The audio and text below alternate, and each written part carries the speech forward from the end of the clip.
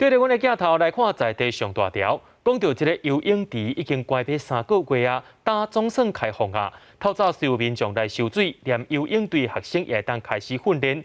不过这收水起来就要水管水暗，而且洗浴巾啊也袂当洗身躯。有民众感觉讲安尼做是真无方便。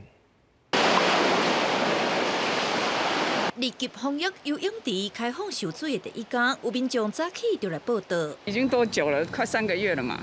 所以昨天一听到解封就赶快。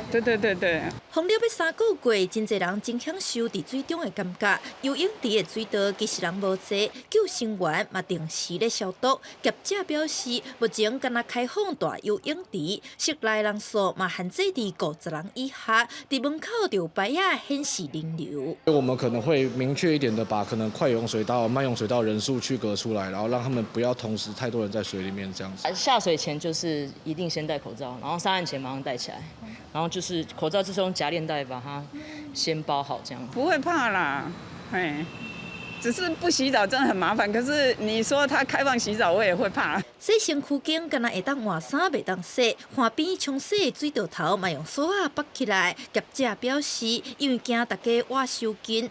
蒸汽房等等嘛继续封，会阁看中央的政策。虽然双北开放游泳池，不过也是有民众感觉无安全。有家庭科医师表示，水池内的水有杀菌的功能，民众只要莫伫水道内挖收紧，岸边嘛莫开港，应该是无大规模的感染风险。但是上重要是，受了后一定要刮嘴暗。记者陈阿文调水台北报道。